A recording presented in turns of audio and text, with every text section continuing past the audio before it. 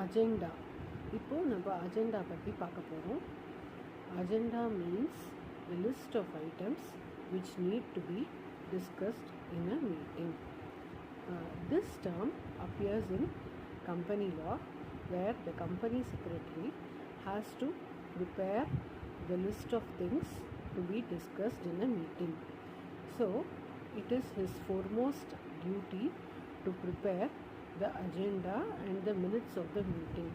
He has to take care of the happenings in the meeting.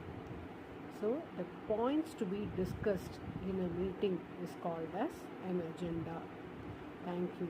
Hope you have understood this topic. அஜெண்டானா என்ன? தமிழில் நிகழ்ச்சி நிரல்.